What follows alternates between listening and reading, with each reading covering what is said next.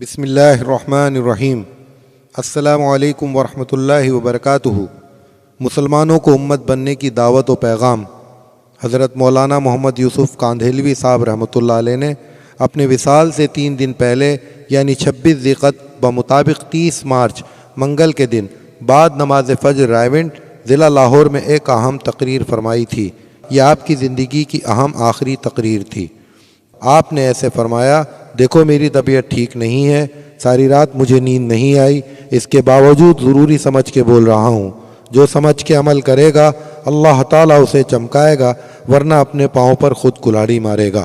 یہ امت بڑی مشقت سے بنی ہے۔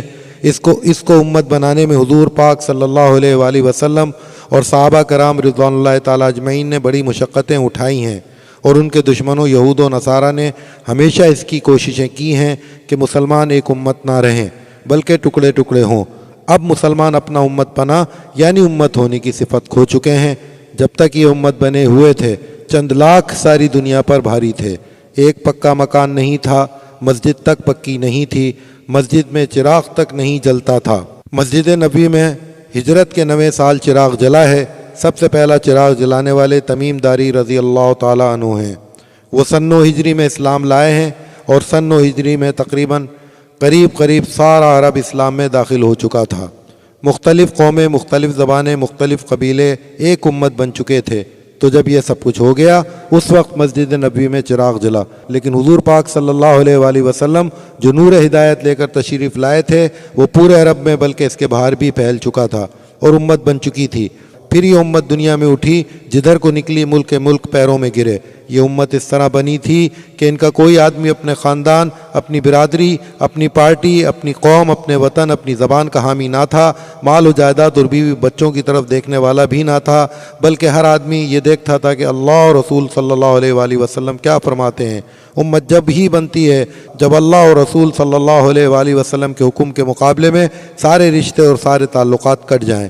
جب مسلمان ایک امت تھے تو ایک مسلمان کے کہیں قتل ہو جانے سے ساری امت ہل جاتی تھی۔ اب ہزاروں لاکھوں گلے کٹتے ہیں اور کانوں پہ جوں نہیں رینگتی۔ امت کسی ایک قوم اور ایک علاقے کے رہنے والوں کا نام نہیں ہے، بلکہ سینکڑوں ہزاروں قوموں اور علاقوں سے جڑ کر امت بنتی ہے۔ جو کوئی کسی ایک قوم یا ایک علاقے کو اپنا سمجھتا ہے اور دوسروں کو غیر سمجھتا ہے وہ امت کو ذبح کرتا ہے اور اس کے ٹکڑے ٹکڑے کرتا ہے، اور حضور پاک صلی اللہ علیہ وآلہ وسلم اور صحابہ کرام رضوان اللہ تعالیٰ اجمعین کی محنتوں پر پانی پھیرتا ہے۔ امت کو ٹکڑے ٹکڑے کر کے پہلے ہم نے خود ذبح کیا، اور اب یہود و نصارہ نے تو اس کے بعد کٹی کٹائی امت کو کاٹا ہے۔ اگر اب مسلمان پھر امت بن جائیں تو دنیا کی ساری طاقتیں مل کر بھی ان کا بال بیکا نہیں کر سکیں گی، ایٹم بم اور راکٹ ان کو ختم نہیں کر سکیں گے۔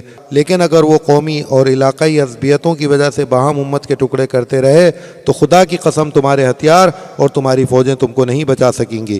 مسلمان ساری دنیا میں اس لیے پٹ رہا ہے اور مر رہا ہے کہ اس نے امت پنے کو ختم کر کے حضور پاک صلی اللہ علیہ وآلہ وسلم کی قربانی پر پانی پھیر دیا ہے۔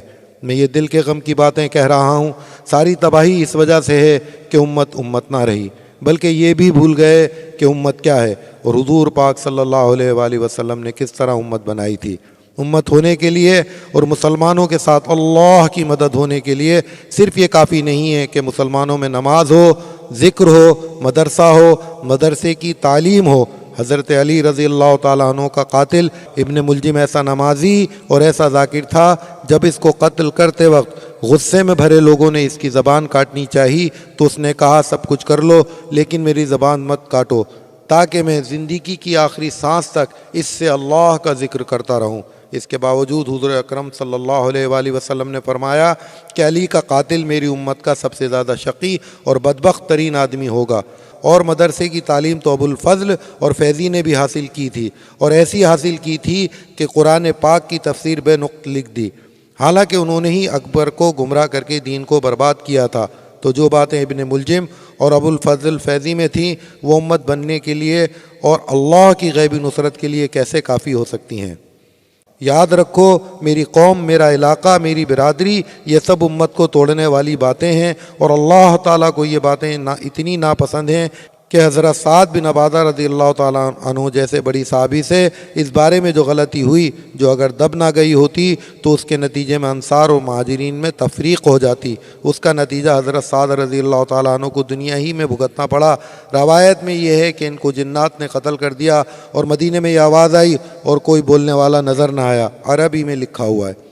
اس واقعے نے مثال کر دی اور سبق دیا کہ اچھے سے اچھا آدمی بھی اگر قومیت یا علاقے کی بنیاد پر امت پنے کو توڑے گا تو اللہ تعالیٰ اس کو توڑ کے رکھ دے گا۔ امت جب بنے گی، جب امت کے سب طبقے بلا تفریق اس کام میں لگ جائیں جو حضور اکرم صلی اللہ علیہ وآلہ وسلم دے کے گئے ہیں۔ اور یاد رکھو، امت پنے کو توڑنے والی چیزیں معاملات و معاشرت کی خرابیاں، ایک فرد یا طبقہ جب دوسرے کے ساتھ ناانصافی اور ظلم کرتا ہے اور اس کا پورا حق اس کو نہیں دیتا یا اس کو تکلیف پہنچاتا ہے یا اس کی تحقیر اور بے عزتی کرتا ہے تو تفریق پیدا ہوتی ہے اور امت پناہ ٹوٹتا ہے۔ اس لیے میں کہتا ہوں کہ صرف کلمے اور تسبیح سے امت نہیں بنے گی، امت معاملات اور معاشرت کی اصلاح سے بنے گی، اور سب کا حق ادا کرنے اور سب کا اکرام کرنے سے امت بنے گی۔ بلکہ جب بنے گی جب دوسروں کے لیے اپنا حق اور اپنا مفاد قربان کیا جائے گا۔ حضور صلی اللہ علیہ وآلہ وسلم اور حضرت ابوبکر صدیق رضی اللہ تعالیٰ عنہ، حضرت عمر فاروق رضی اللہ تعالیٰ عنہ نے اپنا سب کچھ قربان کر کے، اپنے پر تکلیفیں جھیل کے اس امت کو امت بنایا تھا۔ امت بننے کے لیے ضروری ہے کہ سب کی یہ کوشش ہو کہ آپس میں جوڑ ہو، پھوٹ نہ ہو۔ حضور پاک صلی اللہ علیہ وآلہ وسلم کی ایک حدیث کا مضمون ہے کہ قیامت میں ایک آدمی لایا جائے گا جس نے دنیا میں نماز، روزہ، حج، تبلیغ سب کچھ کیا ہوگا، مگر وہ عذاب میں ڈال دیا جائے گا کیونکہ اس کی کسی بات نے امت میں تفریق ڈالی ہوگی۔ اس سے کہا جائے گا پہلے اپنے اس لفظ کی سزا بھگت لے جس کی وجہ سے امت کو نقصان پہنچا، اور دوسرا آدمی وہ ہوگا جس کے پاس نماز، روزہ، حج وغیرہ کی بہت کمی ہوگی، وہ خدا کے عذاب سے بہت ڈرتا ہوگا مگر اس کو بہت ثواب سے نوازا جائے گا۔ وہ خود پوچھے گا کہ یہ کرم میرے کس عمل کی وجہ سے ہے۔ اس کو بتایا جائے گا کہ تو نے فلاں موقع پر ایک بات کہی تھی جس سے امت میں پیدا ہونے والا ایک فساد رک گیا اور بجائے توڑ کے جوڑ پیدا ہو گیا، یہ سب تیرے اسی لفظ کا صلہ اور ثواب ہے۔ مدینے میں انصار کے دو قبیلے تھے، اوس اور خزرج، ان میں پشتوں سے عداوت اور لڑائی چلی آ رہی تھی۔ حضور اکرم صلی اللہ علیہ وآلہ وسلم جب ہجرت فرما کر مدینہ پہنچے اور انصار کو اسلام کی توفیق ملی تو حضور پاک صلی اللہ علیہ وآلہ وسلم کی اور اسلام کی برکت سے ان کی پشتوں کی لڑائیاں ختم ہو گئیں اور اوس و خزرج شیر و شکر ہو گئے۔ یہ دیکھ کر یہودیوں نے اسکیم بنائی کہ کسی طرح ان کو پھر سے لڑایا جائے۔ ایک مجلس میں جس میں دونوں قبیلے کے آدمی موجود تھے، ایک سازشی آدمی نے ان کی پرانی لڑائیوں سے متعلق کچھ شعر پڑھ کر اشتعال پیدا کر دیا۔ پہلے تو زبانیں ایک دوسرے کے خلاف چلیں، پھر دونوں طرف سے ہتھیار نکل آئے۔ حضور پاک صلی اللہ علیہ وآلہ وسلم سے کسی نے جا کر کہا، آپ فوراً تشریف لائے اور فرمایا کہ میرے ہوتے ہوئے تم آپس میں خون خرابہ کرو گے۔ آپ صلی اللہ علیہ وآلہ وسلم نے بہت مختصر مگر درد سے بھرے ہوئے خطبہ دیا۔ دونوں فریقوں نے محسوس کر لیا کہ ہمیں شیطان نے ورغلایا، دونوں روئے اور گلے ملے اور یہ آیتیں نازل ہوئیں، یا ایھا الذین آمنوا اتقوا اللہ حق تقاتہ۔ ترجمہ، اے مسلمانوں خدا سے ڈرو جیسا اس سے ڈرنا چاہیے اور مرتے دم تک پورے کے پورے مسلم اور خدا کے فرما بردار بندے بنے رہو۔ جب آدمی ہر وقت اللہ کا خیال رکھے گا، اس کے خیر و عذاب سے ڈرتا رہے گا اور ہر دم اس کی تابع داری کرے گا تو شیطان بھی اسے نہیں بہکا سکے گا اور امت پھوٹ سے اور ساری خرابیوں سے محفوظ رہے گی۔ وَاعْتَصِمُوا بِحَبْلِ اللَّهِ جَمِيعًا وَلَا تَفَرَّقُوا، یہ بڑی آیت ہے، اور اللہ کی رسی کو یعنی اس کی کتاب پاک اور اس کے دین کو سب مل کر مضبوطی سے تھامے رہو، یعنی پوری اجتماعیت کے ساتھ اور امت پنی کی صفت کے ساتھ سب مل جل کر دین کی رسی کو تھامے رکھو اور اس میں لگے رہو۔ قوم کی بنیاد پر، یہ علاقے کی بنیاد پر، یہ زبان کی بنیاد پر یا کسی اور بھی بنیاد پر ٹکڑے ٹکڑے نہ ہو، اور اللہ کے اس احسان کو نہ بھولو کہ اس نے تمہارے دلوں کی عداوت اور دشمنی ختم کر کے جو پشتوں سے تم میں چلی آ رہی تھی، تمہارے دلوں میں الفت پیدا کر دی اور تمہیں باہم بھائی بھائی بنا دیا، اور تم آپس میں لڑتے وقت دوزخ کے کنارے پر کھڑے تھے، بس گرنے ہی والے تھے کہ اللہ تعالیٰ نے تم کو تھام لیا اور دوزخ سے بچا لیا۔ شیطان تمہارے ساتھ ہے، اس کا علاج یہ ہے کہ تم میں ایک گروہ ایسا ہو جس کا موضوع ہی بھلائی کی اور نیکی کی طرف بلانا اور ہر برائی اور ہر فساد سے روکنا ہو۔ پھر ایک آیت ہے، امت میں ایک گروہ وہ ہو جس کا کام اور موضوع یہی ہو کہ وہ دین کی طرف اور ہر قسم کی خیر کی طرف بلائے، ایمان کے لیے اور خیر اور نیکی کے راستے پر چلنے کے لیے محنت کرتا رہے۔ نمازوں پر محنت کرے، ذکر پر محنت کرے، برائیوں اور مصیبتوں سے بچانے کے لیے محنت کرے، اور ان محنتوں کی وجہ سے امت ایک امت بنی رہے۔ ایک آیت ہے جس کا ترجمہ شاید نیچے ہے: جو لوگ ان ہدایتوں کے بعد بھی شیطان کی پیروی کر کے اور الگ الگ راہوں پہ چل کے اختلاف پیدا کریں گے اور امت کے امت پنے کو توڑیں گے تو ان پر اللہ کی سخت مار پڑے گی۔ اولئک لہم عذاب عظیم۔ دین کی ساری تعلیم اور ساری چیزیں جوڑنے والی اور جوڑنے والوں کے لیے ہیں۔ ان کے برخلاف جنہوں نے پھوٹ ڈال کے اور پھوٹ والے اعمال کر کے امت کو توڑا ہوگا، وہ قیامت کے دن قبروں سے کالے منہ اٹھیں گے اور ان سے کہا جائے گا کہ تم نے ایمان اور اسلام کے بعد کفر والوں کا طریقہ اختیار کیا، اب تم یہاں دوزخ کا عذاب چکھو۔ اور جو ٹھیک راہ پر چلتے رہے ہوں گے ان کے چہرے نورانی اور چمکتے ہوئے ہوں گے، اور وہ ہمیشہ اللہ کی رحمتوں اور جنت میں رہیں گے۔ میرے بھائیوں اور دوستو، یہ سب آیتیں اس وقت اتری تھیں جب یہود نے انصار میں پھوٹ ڈالنے کی کوشش کی تھی اور ان کے دو قبیلوں کو ایک دوسرے کے مقابل کھڑا کر دیا تھا۔ ان آیتوں میں مسلمانوں کی باہمی پھوٹ اور لڑائی کو کفر کی بات کہا گیا ہے اور آخرت کے عذاب سے ڈرایا گیا ہے۔ آج ساری دنیا میں امت پناہ توڑنے کی محنت چل رہی ہے۔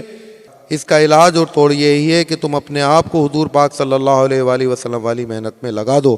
مسلمانوں کو مسجدوں میں لاؤ، وہاں ایمان کی باتیں ہوں، تعلیم اور ذکر کے حلقے ہوں، دین کی محنت کے مشورے ہوں، مختلف طبقوں کے، مختلف برادریوں کے اور مختلف زبانوں والے لوگ مسجد نبوی صلی اللہ علیہ وآلہ وسلم کے طریقے پر ان کاموں میں جڑیں۔ ہم امت بنانے کی بات کر رہے ہیں یا امت پناہ توڑنے کی؟ ہم کسی کی غیبت اور چغل خوری تو نہیں کر رہے، کسی کے خلاف سازش تو نہیں کر رہے۔ یہ امت حضور اکرم صلی اللہ علیہ وآلہ وسلم کے خون اور فاقوں سے بنی تھی۔ اب ہم اپنی معمولی باتوں پر امت کو توڑ رہے ہیں۔ یاد رکھو، نماز چھوڑنے پر بھی اتنی پکڑ نہیں ہوگی جتنی امت کے توڑنے پر ہوگی۔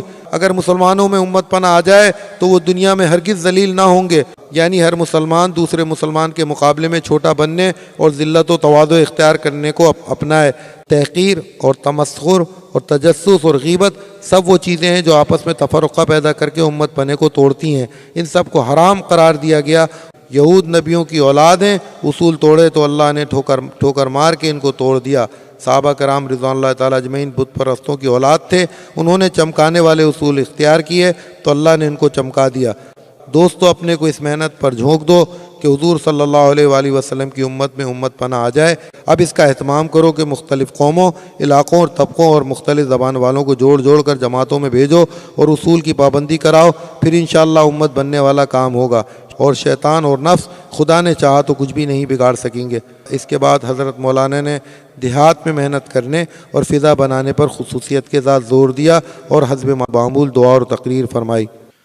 آج حضرت جی مولانا سعد صاحب بلا شبہ اس بات کے مستحق ہیں کہ ان کے دادا کی رحلت پر ان سے تعزیت کی جائے، مگر آج ہر وہ شخص ان کی طرح تعزیت کا مستحق ہے جس نے مرحوم کو پہچانا، ان سے محض اللہ کے لیے لگاؤ پیدا ہوا، اور اس دور زوال میں اس نے مرحوم و مغفور مولانا یوسف صاحب رحمۃ اللہ علیہ کو اسلام کی خدمت کے لیے قابل اعتماد پایا۔